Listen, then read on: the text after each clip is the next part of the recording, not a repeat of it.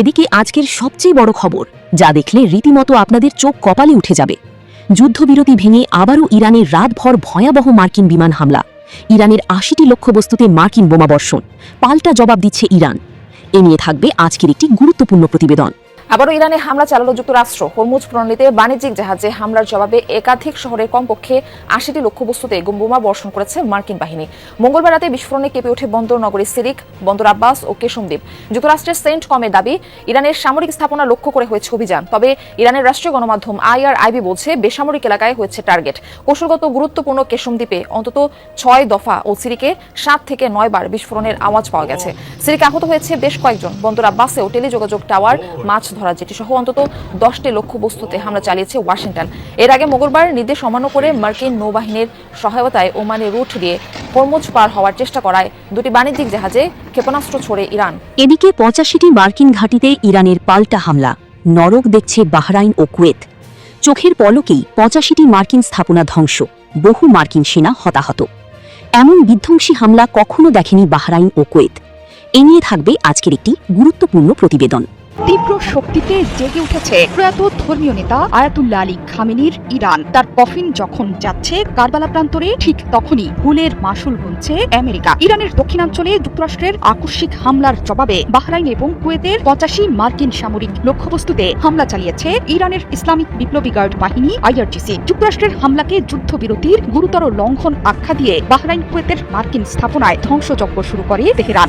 মিত্রদেশে ক্রমাগত আঘাতের পাশাপাশি একটি মার্কিন MQ-9 রিপার ড্রোন ভূপাতিতের দাবি করেছে তেহরান। বিবৃতিতে IRGC জানিয়েছে, মার্কিন হামলার জবাবে যৌথভাবে মিসাইল এবং ড্রোন অভিযান পরিচালনা করছে IRGCর নৌ এবং মহাকাশ বাহিনী। বিবৃতিতে দাবি করা হয়েছে, বাহরাইন এবং কুয়েতে থাকা ৮৫টি গুরুত্বপূর্ণ মার্কিন সামরিক স্থাপনায় হামলা চালিয়ে আমেরিকার দুঃসাহসের জবাব দিয়েছে তেহরান। এদিকে শয়তানকে পাথর মারার আদলে খামেনির জানাজায় ট্রাম্পের ছবিতে পাথর নিক্ষেপ ইরানিদের। এ নিয়ে থাকবে আজকের একটি গুরুত্বপূর্ণ প্রতিবেদন। ইরানের রাজধানী তেহরানে আয়াতুল্লাহ আলী খামেনির জানাজা যেন শুধু একটি রাষ্ট্রীয় শোকানুষ্ঠান ছিল না, এটি পরিণত হয় ক্ষোভ, প্রতিশোধ এবং রাজনৈতিক বার্তার এক নাটকীয় মঞ্চে। লাখো শোকাহত মানুষের উপস্থিতিতে এমন এক দৃশ্যের জন্ম হয় যা মুহূর্তেই আন্তর্জাতিক গণমাধ্যমের শিরোনাম হয়ে ওঠে। ইসলামের পবিত্র হজের অন্যতম আনুষ্ঠানিকতা রমি আল জামারাত বা শয়তানকে পাথর নিক্ষেপের প্রতীকী রীতির আদলে মার্কিন প্রেসিডেন্ট ডোনাল্ড ট্রাম্পের প্রতীকী ছবিতে নুড়ি পাথর ছুঁড়ে নিজেদের ক্ষোভ প্রকাশ করেন হাজার হাজার মানুষ। ইরানের রাষ্ট্রীয় সংবাদ সংস্থা মিজান নিউজ এজেন্সি প্রকাশিত ভিডিওতে সেই দৃশ্যই উঠে এসেছে। এদিকে একটি বোতাম টিপলেই থমকে যাবে বিশ্ব। ইরানের আসল শক্তি প্রকাশ করল রাশিয়া। ইরানের হাতে ভয়ঙ্কর পারমাণবিক বোমা, রাশিয়ার বিস্ফোরক দাবি। এ নিয়ে থাকবে আজকের একটি গুরুত্বপূর্ণ প্রতিবেদন। একটি বোতাম টিপলেই থেমে যেতে পারে বিশ্বের জ্বালানি সরবরাহ, স্তব্ধ হয়ে যেতে পারে বৈশ্বিক বাণিজ্য, আর সেই ক্ষমতা ইরানের হাতেই রয়েছে।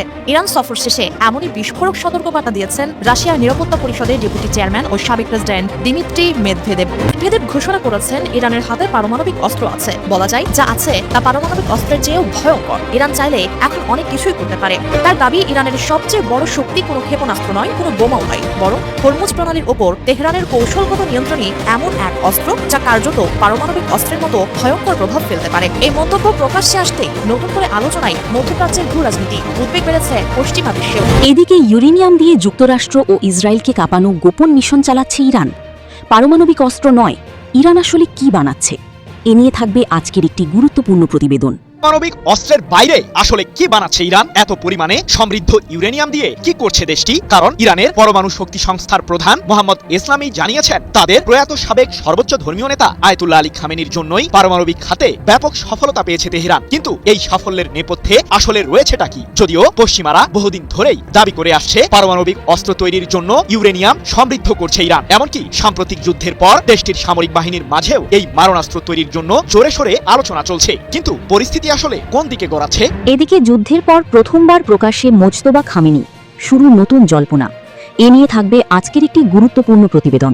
আবার মৃত্যুর পর ইরানের নতুন সর্বোচ্চ নেতা হিসেবে দায়িত্ব গ্রহণ করলেও মোস্তফা খামেনি এখন পর্যন্ত জনসম্মুখে আসেননি। গত ফেব্রুয়ারিতে যুক্তরাষ্ট্র ও ইসরায়েলের সঙ্গে যৌথ হামলায় তিনি নিজেও আহত হয়েছিলেন বলে ধারণা করা হয়। এ কারণে নিরাপত্তার স্বার্থে তার অবস্থান গোপন রাখা হয়েছে এবং তিনি কেবল লিখিত ও অডিও বার্তার মাধ্যমে কার্যক্রম পরিচালনা করছেন। তবে যুদ্ধের পর প্রথমবারের মতো প্রকাশ্যে দেখা গেছে ইরানের সর্বোচ্চ নেতা মোস্তফা খামেনিকে। তার এই উপস্থিতি দেশজুড়ে এবং আন্তর্জাতিক অঙ্গনে নতুন করে আলোচনার জন্ম দিয়েছে। দর্শক, আপনি যদি ভাবেন আমেরিকা তার সামরিক শক্তি দিয়ে মধ্যপ্রাচ্যকে আবারও নিজের হাতের মুঠোয় নিয়ে এসেছে, তবে আপনি পশ্চিমা মিডিয়ার পাতা ফাঁদে পা দিয়েছেন। আজ 8ই জুলাই 2026। গত 24 ঘন্টায় মধ্যপ্রাচ্যের জিওপলিটিক্যাল দাবার বোর্ডে এমন কিছু চাল দেওয়া হয়েছে যা দেখলে আপনার মনে হবে আমেরিকা আসলে শক্তি দেখাচ্ছে না, বরং খাদের কিনারা থেকে বাঁচার জন্য মরিয়া হয়ে হাত পা ছুটছে। আপনারা হয়তো খবরে দেখছেন আমেরিকা ইরানের উপর শতাব্দীর অন্যতম বড় হামলা চালিয়েছে। কিন্তু আমি যদি বলি এই হামলার পেছনে আমেরিকার শক্তি নয়, বরং তাদের চরম ভূরাজনৈতিক ব্যর্থতা আর হতাশা লুকিয়ে আছে। আমি যদি বলি ডোনাল্ড ট্রাম্প হঠাৎ করে কেন তুরস্কের এরদোয়ানকে বুকে টেনে নিচ্ছেন আর ইসরায়েলের নেতানিয়াহু কেন ভয়ে কাঁপছেন, তার পেছনে একটা বিশাল ব্লুপ্রিন্ট আছে। ভিডিওর একদম শেষে আমি আপনাদের এমন একটা মাস্টার স্ট্রোকের কথা বলবো যা শুনলে আপনারা বুঝতে পারবেন কেন ইরান আসলে আমেরিকার সাথে এই মুহূর্তে কোনো শান্তি চুক্তিতেই যেতে চাইছে না। শোকের আবহেই নতুন যুদ্ধের দামামা বেজে উঠল ইরানে। ইসলামী বিপ্লবের দেশ ইরান আহত হওয়ার সঙ্গে সঙ্গে আমেরিকার মিত্রদের জীবনকে অতিষ্ঠ করে তুলেছে। মাত্র কয়েক ঘন্টার ব্যবধানে মধ্যপ্রাচ্যের দুই দেশের 85টি স্থাপনায় অশান্ত করে তুলেছে খামেনির উত্তরসূরিরা। দর্শক, হরমুজ প্রণালীতে সৌদি ও কাতারের ট্যাঙ্কারে হামলা করেছিল ইরান। সেই দেশ ধরে মঙ্গলবার রাতভর ইরানের 80টি স্থাপনায় হামলা করেছে ডোনাল্ড ট্রাম্পের সেনারা। এর জবাবে বাহরাইনে কুয়েতে থাকা আমেরিকার ঘাঁটিতে নরক যন্ত্রণার স্বাদ দিয়ে দিয়েছে তেহরান। দর্শক, ইরানের সরকারি সামরিক বাহিনীর বরাতে কাতার ভিত্তিক গণমাধ্যম আল জাজিরা জানিয়েছে ইরানের নৌ বিমান বাহিনী 85টি লক্ষ্যবস্তুতে ড্রোন ও মিসাইল হামলা চালিয়েছে। এসব হামলায় গুরুত্বপূর্ণ মার্কিন সামরিক স্থাপনাগুলোকে নিশানা করা হয়েছে। এই হামলায় বাহরাইনে অবস্থিত মার্কিন ৫ম নৌবহরের ঘাঁটি এবং কুয়েতের আলী আল সালাম বিমান ঘাঁটিতে আঘাত হানা হয়েছে। আমেরিকার টুটি চেপে ধরতে হলে ইরান যে মধ্যপ্রাচ্যের মার্কিন স্থাপনাকে লক্ষ্যবস্তু বানাবে সেটাই তো স্বাভাবিক বলছেন বিশ্লেষকরা। যুক্তরাষ্ট্র হরমুজ প্রণালীতে বাণিজ্যিক জাহাজে হামলার জবাবে একাধিক শহরের কমপক্ষে 80টি লক্ষ্যবস্তুতে বোমা বর্ষণ করেছে মার্কিন বাহিনী। মঙ্গলবার রাতে বিস্ফোরণে কেঁপে ওঠে বন্দর নগরী সিরিক, বন্দর আব্বাস ও কেশমদ্বীপ। যুক্তরাষ্ট্রের সেন্ট কমের দাবি ইরানের সামরিক স্থাপনা লক্ষ্য করে হয়েছে অভিযান। তবে ইরানের রাষ্ট্রীয় গণমাধ্যম IRIB বলছে বেসামরিক এলাকায় হয়েছে টার্গেট। কৌশলগত গুরুত্বপূর্ণ কেশমদ্বীপে অন্তত 6 দফা ও সিরিকে 7 থেকে 9 বার বিস্ফোরণের আওয়াজ পাওয়া গেছে। সিরিকে আহত হয়েছে বেশ কয়েকজন। বন্দর আব্বাসেও টেলিযোগাযোগ টাওয়ার, মাছ ধরা জেটি সহ অন্তত 10টি লক্ষ্যবস্তুতে হামলা চালিয়েছে ওয়াশিংটন। এর আগে মঙ্গলবার নির্দেশ অমান্য করে মার্কিন নৌবাহিনীর সহায়তায় ওমানি রুট দিয়ে হরমুজ পার হওয়ার চেষ্টা করায় দুটি বাণিজ্যিক জাহাজে ক্ষেপণাস্ত্র ছোড়ে ইরান। তীব্র শক্তিতে জেগে উঠেছে প্রয়াত ধর্মীয় নেতা আয়াতুল্লাহ আলী খামেনির ইরান। তার কফিন যখন যাচ্ছে কারবালা প্রান্তরে, ঠিক তখনই ভুলের মাসুল গুনছে আমেরিকা। ইরানের দক্ষিণাঞ্চলে যুক্তরাষ্ট্রের আকস্মিক হামলার জবাবে বাহরাইন এবং কুয়েতের 85 মার্কিন সামরিক লক্ষ্যবস্তুতে হামলা চালিয়েছে ইরানের ইসলামিক বিপ্লবী গার্ড বাহিনী IRGC। যুক্তরাষ্ট্রের হামলাকে যুদ্ধবিরতির গুরুতর লঙ্ঘন আখ্যা দিয়ে বাহরাইন কুয়েতের মার্কিন স্থাপনায় ধ্বংসযজ্ঞ শুরু করে তেহরান।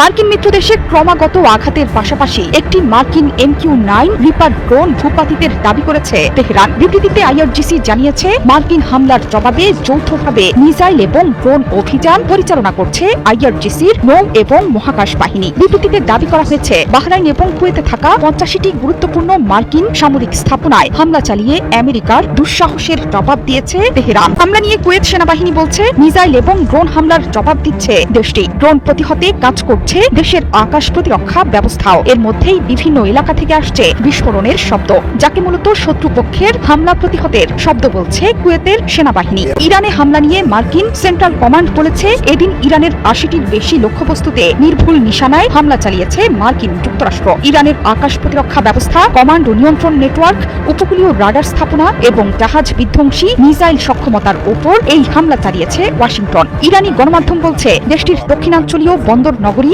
সিরিকে বেশ কয়েকটি বিস্ফোরণ ঘটেছে। এছাড়া কেশমদ্বীপ এবং বন্দর আব্বাসের নিকটবর্তী এলাকাগুলোতেও হামলার খবর পাওয়া গেছে। মার্কিন হামলার পরপরই এর বিধ্বংসী জবাবের হুঁশিয়ারি দিয়েছিল IRGC বাহিনী। যুক্তরাষ্ট্রের সাম্প্রতিক কর্মকাণ্ডকে দুই দেশের মধ্যে সই হওয়া সমঝোতা স্মারকের গুরুতর লঙ্ঘন উল্লেখ করেছেন ইরানের শীর্ষ আলোচক মোহাম্মদ বাঘের গালিবাফ। প্রয়াত সর্বোচ্চ ধর্মীয় নেতা আয়াতুল্লাহ আলী খামেনির মরদেহ নেওয়া হচ্ছে ইরাকের নাজাফ ও পবিত্র নগরী কারবালায়। তার নামাজে জানাজায় অংশ নেবেন লাখো ইরাকি। ইরাকেও একজন ধর্মীয় নেতা হিসেবে পরিচিত ছিলেন আয়াতুল্লাহ খামেনি। দেশটির লাখো শিয়া মুসলমানের কাছে ছিলেন অনুকরণীয়। তার জানাজা উপলক্ষে বুধবার ছুটি ঘোষণা করা হয়েছে ইরাকে। ইরানের রাজধানী তেহরানে আয়াতুল্লাহ আলী খামেনির জানাজা যেন শুধু একটি রাষ্ট্রীয় শোকানুষ্ঠান ছিল না, এটি পরিণত হয় ক্ষোভ, প্রতিশোধ এবং রাজনৈতিক বার্তার এক নাটকীয় মঞ্চে। লাখো শোকাহত মানুষের উপস্থিতিতে এমন এক দৃশ্যের জন্ম হয় যা মুহূর্তেই আন্তর্জাতিক গণমাধ্যমের শিরোনাম হয়ে ওঠে। ইসলামের পবিত্র হজের অন্যতম আনুষ্ঠানিকতা রমি আল জামারাত বা শয়তানকে পাথর পাথর নিক্ষেপের প্রতীকী রীতির আদলে মার্কিন প্রেসিডেন্ট ডোনাল্ড ট্রাম্পের প্রতীকী ছবিতে নুড়ি পাথর ছুঁড়ে নিজেদের ক্ষোভ প্রকাশ করেন হাজার হাজার মানুষ। ইরানের রাষ্ট্রীয় সংবাদ সংস্থা মিজান নিউজ এজেন্সি প্রকাশিত ভিডিওতে সেই দৃশ্যই উঠে এসেছে। জানাজা মিছিলে অংশ নেওয়া মানুষের হাতে ছিল ইরানের পতাকা, খামেনির প্রতিকৃতি এবং নানা ধরনের প্রতিবাদী প্ল্যাকার্ড। আমেরিকা ধ্বংস হোক স্লোগানে মুখরিত হয়ে ওঠে তেহরানের রাজপথ। কোথাও মার্কিন পতাকা পোড়ানো হয়েছে, আবার কোথাও ট্রাম্পের ছবি সংবলিত ওয়ান্টেড পোস্টার বহন করতে দেখা যায়। কিছু ব্যানারে ট্রাম্পকে হত্যার আহ্বান জানিয়ে উস্কানিমূলক বার্তাও প্রদর্শিত হয়, যা আন্তর্জাতিক অঙ্গনে নতুন করে আলোচনার জন্ম দিয়েছে। কিন্তু প্রশ্ন হলো, ট্রাম্পের বিরুদ্ধে ইরানিদের এত তীব্র ক্ষোভ কেন? ইরানের দৃষ্টিতে এর সবচেয়ে বড় কারণ হলো যুক্তরাষ্ট্র ও ইসরায়েলের যৌথ বিমান হামলা, যেখানে আয়াতুল্লাহ আলী খামেনি নিহত হন। তেহরান শুরু থেকেই এই হামলার জন্য ওয়াশিংটন ও তেল আবিবকে সরাসরি দায়ী করে আসছে। ইরানি নেতৃত্বের দাবি, শুধু খামেনিই নয়, হামলায় তার পরিবারের সদস্য, শীর্ষ সামরিক কর্মকর্তা এবং নিরাপত্তা কাঠামোর গুরুত্বপূর্ণ ব্যক্তিরাও নিহত হন। এর পাশাপাশি যুদ্ধের সময় ইরানের একাধিক সামরিক ঘাঁটি, ক্ষেপণাস্ত্র স্থাপনা, প্রতিরক্ষা অবকাঠামো এবং পারমাণবিক কর্মসূচি সংশ্লিষ্ট বিভিন্ন স্থাপনায় বড় ধরনের হামলা চালানো হয়। এসব হামলায় সামরিক সক্ষমতা ক্ষতিগ্রস্ত হওয়ার পাশাপাশি বেসামরিক অবকাঠামো ক্ষতির মুখে পড়ে। যুদ্ধের পর অর্থনীতি, জ্বালানি সরবরাহ এবং জাতীয় নিরাপত্তা নিয়েও নতুন সংকটে পড়ে দেশটি।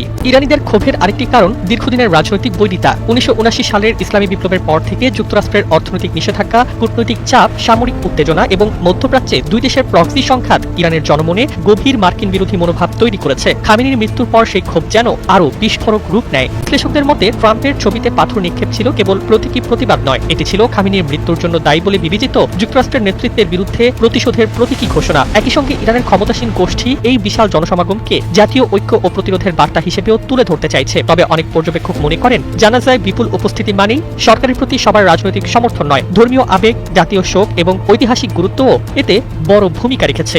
সব মিলিয়ে শয়তানকে পাথর মারার ধর্মীয় প্রতীককে রাজনৈতিক প্রতিবাদের ভাষায় রূপ দিয়ে তেহরানের রাজপথ থেকে ইরান এক স্পষ্ট বার্তা দিয়েছে, খামেনির মৃত্যু তারা ভুলতে প্রস্তুত নয়, আর ট্রাম্পের প্রতি তাদের ক্ষোভ এখনো তীব্র ও অম্লান।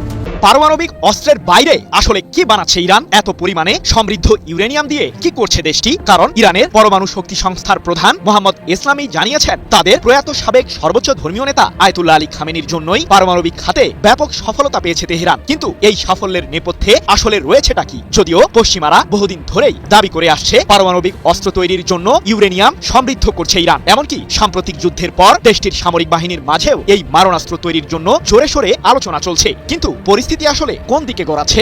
যুক্তরাষ্ট্র ও ইসরায়েলের মতো শত্রুদের বারবার আগ্রাসনের মুখেও ঘুরে দাঁড়িয়েছে ইরান। কোনো মতেই ইহুদিবাদীদের সামনে মাথা নত করেনি তেহরান। সাম্প্রতিক যুদ্ধের মাধ্যমে ইরান জানিয়ে দিয়েছে, সঠিক কৌশল জানা থাকলে যে কোনো লড়াইয়ে বিজয় অর্জন করা সম্ভব। অথচ ইতিহাসের অন্যতম বৃহৎ সামরিক অস্ত্রের সমাবেশ সম্প্রতি মধ্যপ্রাচ্যে ঘটিয়েছিল যুক্তরাষ্ট্র, কিন্তু তাতেও নিজেদের লক্ষ্য অর্জন করতে পারেনি মার্কিন প্রশাসন। ইরানের ইস্পাহান, নাতানস ও ফোর্দো সহ দেশটির পারমাণবিক কেন্দ্রগুলোকে লক্ষ্য করে গত এক বছরে বহুবার আক্রমণ চালিয়েছে ইহুদিবাদীরা। কিন্তু যুক্তরাষ্ট্র ও ইসরায়েলের শক্তিশালী অস্ত্রের মুখেও যেন বীর দর্পে দাঁড়িয়ে আছে ইরানের পারমাণবিক কর্মসূচি। তাই তো ইরানের পরমাণু শক্তি সংস্থার প্রধান ইসলামি বলেছেন, ইহুদিবাদী শক্তির বিরুদ্ধে আমাদের অবশ্যই জেগে উঠতে হবে। ইরানের পারমাণবিক খাতে সাফল্যের পেছনে শহীদ নেতা আয়াতুল্লাহ আলী খামেনির অবিচল সমর্থন ছিল। তার কারণেই আমরা এ কর্মসূচিতে সফলতা পেয়েছি। 7 জুলাই এক প্রতিবেদনে বিষয়টি নিশ্চিত করেছে ইরান ভিত্তিক সংবাদ মাধ্যম মেহের নিউজ এজেন্সি। জাতিসংঘের পরমাণু পর্যবেক্ষক সংস্থা IAEA এর দাবি, ইরানের কাছে রয়েছে 60%-এরও বেশি মাত্রার সমৃদ্ধ ইউরেনিয়াম, যা 90% মাত্রায় উন্নীত করলে দেশটি কমপক্ষে 10টি পারমাণবিক অস্ত্র তৈরি করতে পারবে। যদিও বর্তমানে ইরানের পারমাণবিক কার্যক্রমে আন্তর্জাতিক এই সংস্থাটির প্রবেশে নিষেধাজ্ঞা থাকায় এখন ঠিক কি অবস্থায় রয়েছে দেশটির এই কর্মসূচি সে বিষয়ে নিশ্চিত করে কিছুই বলতে পারছে না IAEA। এদিকে পারমাণবিক খাতে নিজেদের সফলতার কথা তুলে ধরে ইসলামি আরো বলেছেন, সকল সীমাবদ্ধতা ও চাপ সত্ত্বেও দেশীয়ভাবে উৎপাদিত উন্নত ও নতুন রেডিও ফার্মাসিউটিক্যালসের ক্লিনিক্যাল ট্রায়াল সম্পন্ন করে বিতরণের পর্যায়ে পৌঁছেছে ইরান। তবে আমাদের যদি সমৃদ্ধ ইউরেনিয়াম না থাকতো তাহলে এই খাতে সফলতা অর্জন করা সম্ভব হতো না। কিন্তু ইরানের পারমাণবিক অস্ত্র তৈরি করাকে ঘিরে পশ্চিমাদের দাবির আসলে মূল ভিত্তিটা কি? ইরানের সরকার বহু বছর ধরেই জানিয়ে আসছে যে সমৃদ্ধ ইউরেনিয়াম ব্যবহার করে কেবলমাত্র বেসামরিক খাতের উন্নয়ন করছে দেশটি। তবে এখানেই রয়েছে পশ্চিমাদের নানান প্রশ্ন। তাদের অভিযোগ, বেসামরিক খাতের উন্নয়নের জন্য 20% বেশি মাত্রার সমৃদ্ধ ইউরেনিয়ামের কোনো প্রয়োজন নেই। অন্যদিকে ইরানের সর্বোচ্চ প্রতিরক্ষা বাহিনী IRGC সংশ্লিষ্ট সংবাদ মাধ্যম ফার্স নিউজের এক প্রতিবেদনে সম্প্রতি দাবি করা হয়েছে যে ইহুদিবাদীদের আগ্রাসন মোকাবিলায় পারমাণবিক অস্ত্র তৈরির দৌড়ে প্রবেশ করতে পারে তেহরান। বিশ্লেষকরা বলছেন, যুক্তরাষ্ট্র ও ইসরায়েলের যৌথ সাম্প্রতিক হামলায় খামেনি নিহত হওয়ার পর পারমাণবিক ইস্যুতে নিজেদের অবস্থানে পরিবর্তন আনতে পারে ইরান সরকার। বাবার মৃত্যুর পর ইরানের নতুন সর্বোচ্চ নেতা হিসেবে দায়িত্ব গ্রহণ করলেও মোস্তফা খামেনি এখন পর্যন্ত জনসম্মুখে আসেননি। গত ফেব্রুয়ারিতে যুক্তরাষ্ট্র ও ইসরায়েলের সঙ্গে যৌথ হামলায় তিনি নিজেও আহত হয়েছিলেন বলে ধারণা করা হয়। এ কারণে নিরাপত্তার স্বার্থে তার অবস্থান গোপন রাখা হয়েছে এবং তিনি কেবল লিখিত ও অডিও বার্তার মাধ্যমে কার্যক্রম পরিচালনা করছেন। তবে যুদ্ধের পর প্রথমবারের মতো প্রকাশ্যে দেখা গেছে ইরানের সর্বোচ্চ নেতা মোস্তফা খামেনিকে। তার এই উপস্থিতি দেশ জুড়ে এবং আন্তর্জাতিক অঙ্গনে নতুন করে আলোচনার জন্ম দিয়েছে। স্থানীয় গণমাধ্যম ও সামাজিক যোগাযোগ মাধ্যমে ছড়িয়ে পড়া ভিডিও ও ছবিতে দেখা যায় মোস্তফা খামেনি একটি ধর্মীয় ও স্মরণসভামূলক অনুষ্ঠানে অংশ নিয়েছেন। যুদ্ধ পরবর্তী এই সময় তার প্রকাশ্য উপস্থিতি শুধু একটি আনুষ্ঠানিক অংশগ্রহণ নয়, বরং এর রাজনৈতিক তাৎপর্য রয়েছে। এমন এক সময় তিনি জনসম্মুখে এলেন যখন ইরান অভ্যন্তরীণ ঐক্য, আঞ্চলিক উত্তেজনা এবং ভবিষ্যৎ নেতৃত্বের নানা প্রশ্নের মুখোমুখি। একটি বোতাম টিপলেই থেমে যেতে পারে বিশ্বের জ্বালানি সরবরাহ, স্তব্ধ হয়ে যেতে পারে বৈশ্বিক বাণিজ্য, আর সেই ক্ষমতা ইরানের হাতেই রয়েছে। ইরান সফর শেষে এমনই বিস্ফোরক সতর্কবার্তা দিয়েছেন রাশিয়ার নিরাপত্তা পরিষদের ডেপুটি চেয়ারম্যান ও সাবেক প্রেসিডেন্ট দিমিত্রি মেদভেদেভ। মেদভেদেভ ঘোষণা করেছেন ইরানের হাতে পারমাণবিক অস্ত্র আছে। বলা যায় যা আছে তা পারমাণবিক অস্ত্রের চেয়েও ভয়ঙ্কর। ইরান চাইলে এখন অনেক কিছুই করতে পারে। তার দাবি, ইরানের সবচেয়ে বড় শক্তি কোনো ক্ষেপণাস্ত্র নয়, কোনো বোমাও নয়, বরং হরমুজ প্রণালীর ওপর তেহরানের কৌশলগত নিয়ন্ত্রণই এমন এক অস্ত্র যা কার্যত পারমাণবিক অস্ত্রের মতো ভয়ঙ্কর প্রভাব ফেলতে পারে। এই মন্তব্য প্রকাশ্যে আসতে নতুন করে আলোচনায় মধ্যপ্রাচ্যের ভূ রাজনীতি, উদ্বেগ বেড়েছে পশ্চিমা বিশ্বে। হরমুজ প্রণালী বিশ্ব অর্থনীতির অন্যতম গুরুত্বপূর্ণ সামুদ্রিক পথ। প্রতিদিন বিশ্বের বিপুল পরিমাণ অপরিশোধিত তেল ও তরলীকৃত গ্যাস এই সংকীর্ণ জলপথ দিয়েই আন্তর্জাতিক বাজারে পৌঁছায়। ফলে এই পথের নিরাপত্তা শুধু মধ্যপ্রাচ্যে নয়, গোটা বিশ্বের অর্থনীতির সঙ্গে ওতপ্রোতভাবে জড়িত। মেদভেদেভ বলেন, হরমুজ প্রণালীর ওপর ইরানের নিয়ন্ত্রণ এমন একটি কৌশলগত শক্তি যা যেকোনো সামরিক অস্ত্রের চেয়েও কার্যকর হয়ে উঠতে পারে। তিনি আরো সতর্ক করেন, যদি মধ্যপ্রাচ্যের সংঘাত আরো বিস্তৃত হয় তাহলে ইরান শুধু হরমুজে নয়, বাব এল মান্দেব প্রণালীতেও জাহাজ চলাচল ব্যাহত করার মতো পদক্ষেপ নিতে পারে।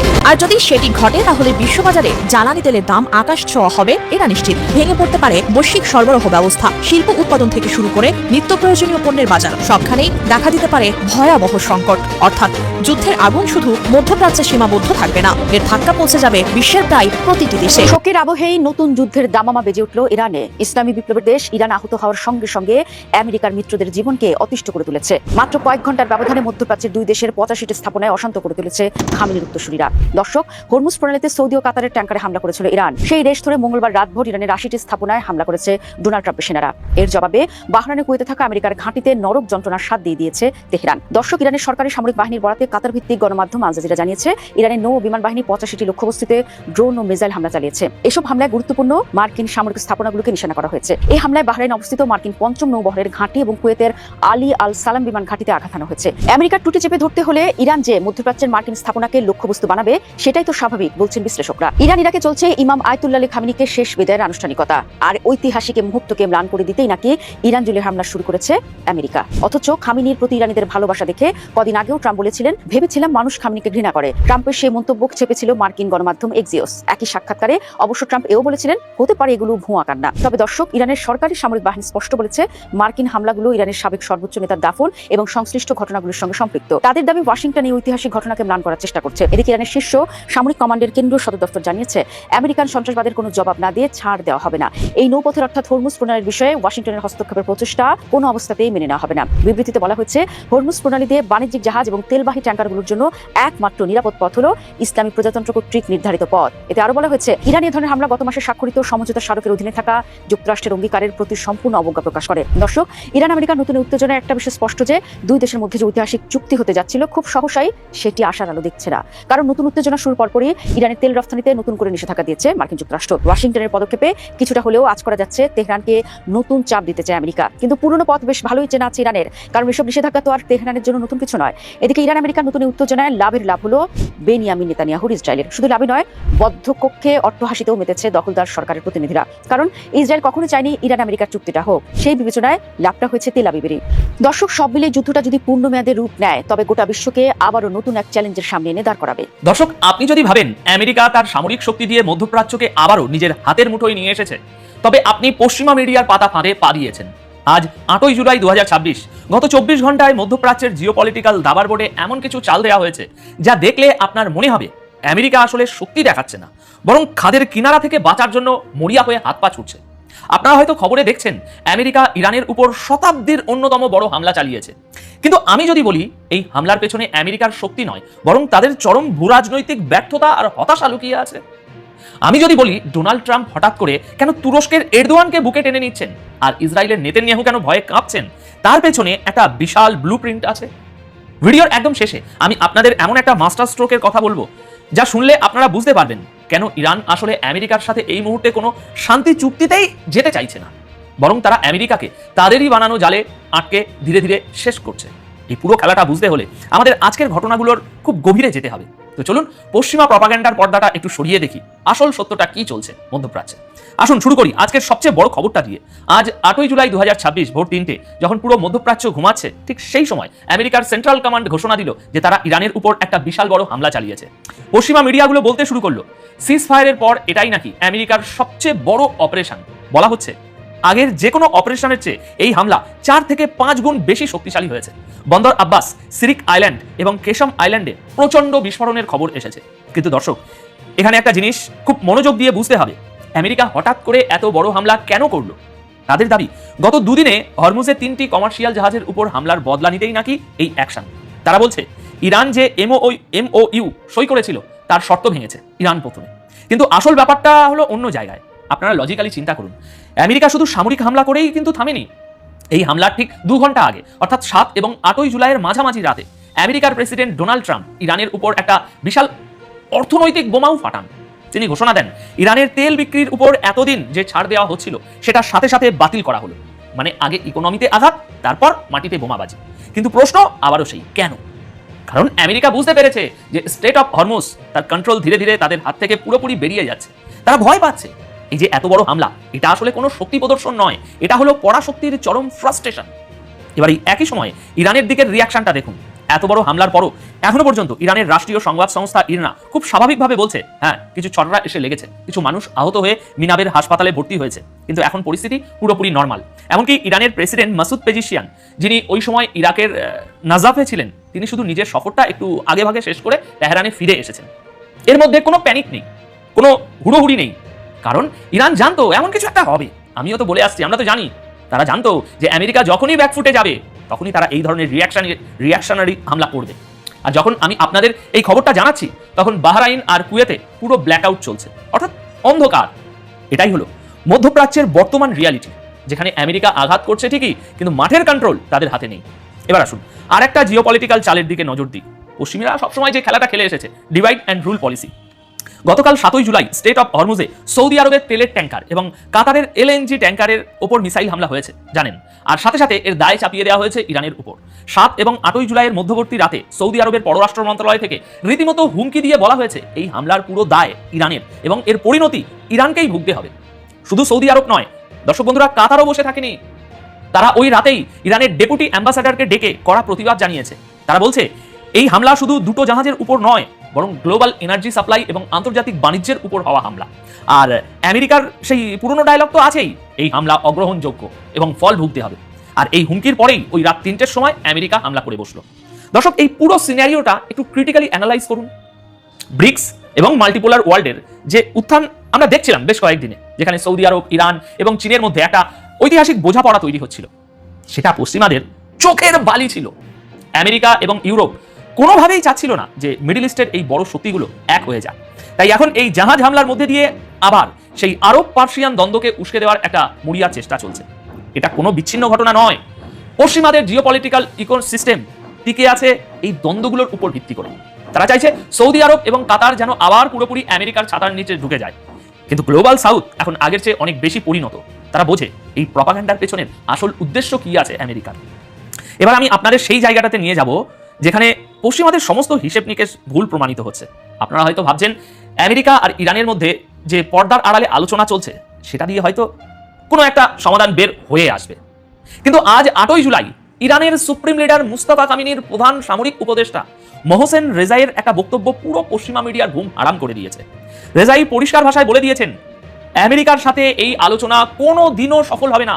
তিনি দাবি করেছেন আগের নিউক্লিয়ার ডিলের মতো এবারও আমেরিকা এই আলোচনাকে ব্যর্থতার দিকেই নিয়ে যাবে।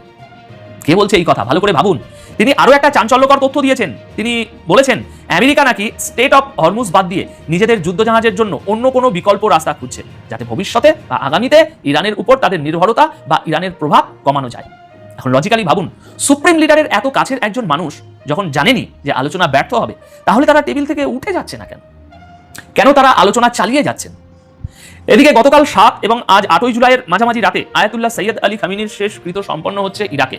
গতকাল 7 তারিখ রাতে তার এবং তার পরিবারের সদস্যদের জানাজা যখন নাজাফ ইন্টারন্যাশনাল এয়ারপোর্টে পৌঁছালো, তখন সেখানে একটা অভূতপূর্ব দৃশ্যের সৃষ্টি হলো।